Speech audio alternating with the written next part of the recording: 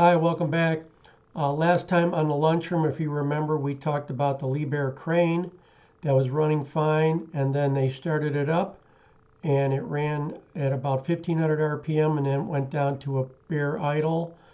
And if you look at that other video, there was a clip of the engine running that they sent me, and it's probably running at 100 RPM to 200 RPM, way below normal idle speed, and we were all trying to figure out why.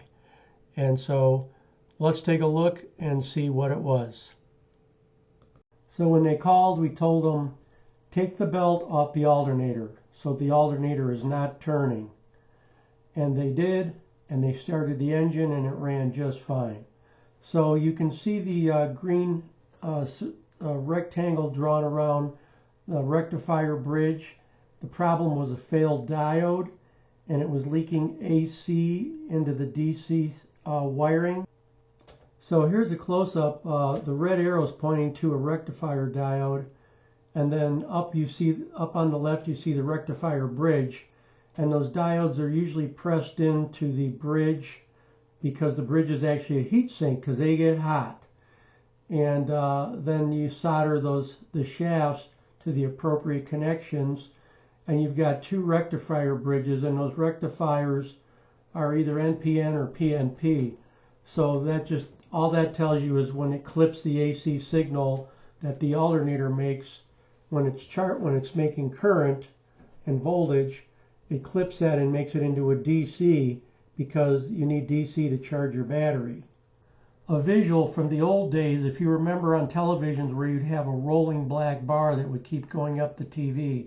A lot of times that was a problem with a electrolytic capacitor that had dried up or failed, and it quit filtering out the AC from your wall plug, and that frequency would ride on the other frequencies and cause these rolling bars so you could see it.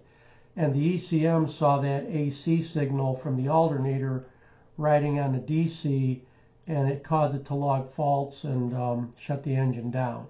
4 times over my 40-some year career working on these engines have I seen where the alternator was a problem like this. This was actually the 5th time, and it was an over-the-phone thing.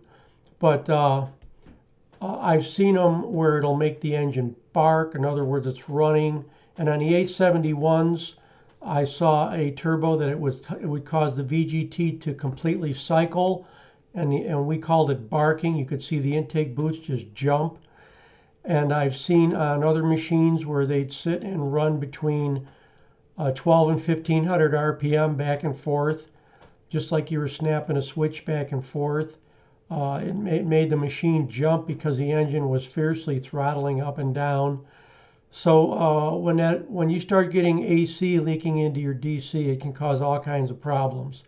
Engine ECMs do have filters built internally to filter this out, but I think in this case there was so much AC riding in on the DC that it just overwhelmed the filters in the ECM, and then it wasn't able to make decisions because the voltage levels were all wrong.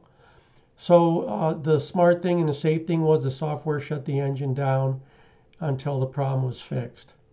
Thanks for joining me in the lunchroom, and we'll see you next time on Engine Shop Joe.